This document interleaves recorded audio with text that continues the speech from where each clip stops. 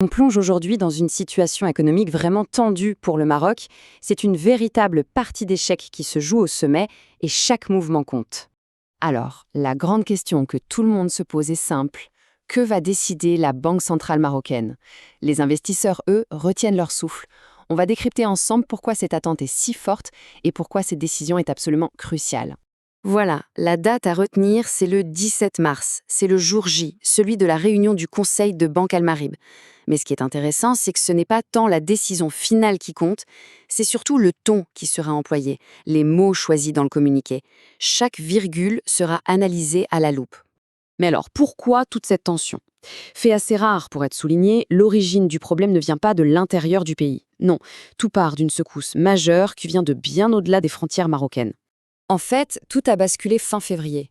L'escalade d'un conflit au Moyen-Orient a complètement rebattu les cartes de l'économie mondiale. Et cette crise, elle a envoyé une véritable onde de choc qui a touché de plein fouet un secteur vital pour le Maroc, l'énergie. Et le chiffre qui cristallise toutes les angoisses, le voilà. 103,14 $. C'est le prix atteint par le baril de pétrole Brent la semaine dernière. C'est un seuil psychologique, un chiffre qui met une pression énorme sur toute l'économie. Mais le vrai choc, ce n'est pas tant le prix en lui-même, c'est la vitesse à laquelle il a grimpé. Plus 42% depuis le début du conflit. Pour un pays comme le Maroc, qui importe quasiment tout son pétrole, une telle flambée, c'est un signal d'alarme qui clignote en rouge vif. Et c'est là qu'on touche à un concept économique essentiel, l'inflation importée. Qu'est-ce que ça veut dire concrètement? Eh bien, c'est assez simple. Quand le Maroc doit payer son énergie beaucoup plus cher, cette hausse de coûts se propage partout, dans le transport, dans la production industrielle et à la fin de la chaîne, sur les prix qu'on paye tous les jours. C'est vraiment le scénario que tous les économistes redoutent. Forcément, cette tempête mondiale n'a pas mis longtemps à arriver sur les côtes marocaines. Et pour voir comment le pays encaisse le choc, on va regarder le baromètre de l'économie locale, la bourse de Casablanca. Au début, le réflexe a été quasi immédiat, une vague de vente, un peu panique. Aujourd'hui, ce choc initial semble un peu passé, mais l'anxiété, elle, est toujours là. Elle est juste devenue plus rationnelle. Les investisseurs ne réagissent plus aux gros titres des journaux, ils sortent leurs calculettes et ils estiment froidement l'impact de cette énorme facture énergétique sur les futurs profits des entreprises. Ces chiffres, ils racontent une histoire un peu schizophrène. D'un côté, on voit un petit rebond sur la journée, avec le Massy qui gagne un demi-point, mais ça, c'est l'arbre qui cache la forêt. Parce que si on regarde le tableau d'ensemble, sur la colonne de droite, c'est beaucoup plus sombre. Une chute de plus de 10% depuis le début de l'année. Ce contraste montre bien à quel point le marché est fébrile. Le moindre petit gain est hyper fragile. D'ailleurs, un analyste a parfaitement résumé l'ambiance avec cette phrase. Le marché cherche surtout à éviter la mauvaise nouvelle de trop.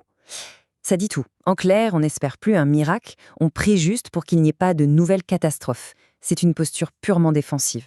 Et là, on arrive au cœur du problème.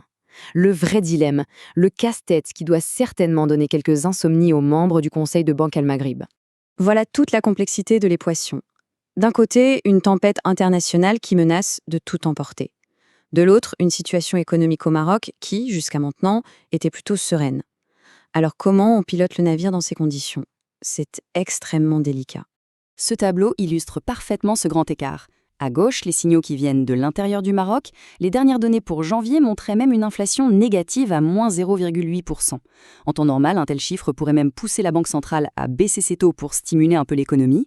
Mais à droite, le signal externe est au rouge écarlate, cette flambée du pétrole de 42%. C'est un piège. Si la Banque centrale n'écoute que les signaux internes, elle prend le risque d'ignorer la menace qui arrive.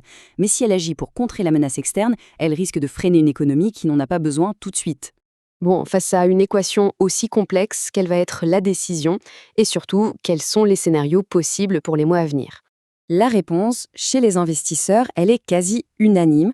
Personne ne s'attend à une mesure choc, à un grand coup de volant. Tout le monde parie sur un statu quo, c'est-à-dire que le taux directeur ne bougera pas. Honnêtement, dans un brouillard aussi épais, la prudence semble être la seule option raisonnable.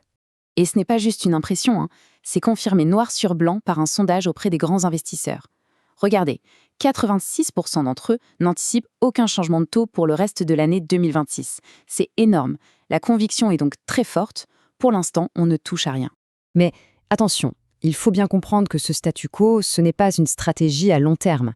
C'est plutôt une pause, une façon de se donner du temps et de voir comment les choses évoluent. Parce que la véritable trajectoire de la politique monétaire marocaine pour les prochains mois, eh bien, elle ne sera pas décidée à Rabat. Elle dépendra directement de ce qui se passera sur le plan géopolitique au Moyen-Orient. Et justement, pour la suite, les analystes de BMCU Capital ont dessiné 2 scénarios principaux. Le premier scénario, on va dire le moins pire, c'est celui d'une escalade contenue. L'impact serait réel, mais limité. La croissance perdrait 0,4 points et l'inflation monterait autour de 2%. Mais, si le conflit dure, le deuxième scénario est beaucoup plus sombre.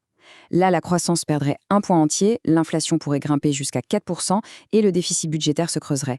On voit bien que l'enjeu entre ces 2 scénarios est absolument considérable. On termine donc sur cette grande interrogation. La décision imminente, ce sera sans doute celle de la prudence, de l'attentisme. Mais la vraie question, elle reste entière. Lequel de ces 2 futurs va se réaliser? L'économie marocaine se trouve vraiment à la croisée des chemins, et son destin est suspendu à une tempête géopolitique qu'elle ne maîtrise absolument pas. Merci de nous avoir suivis.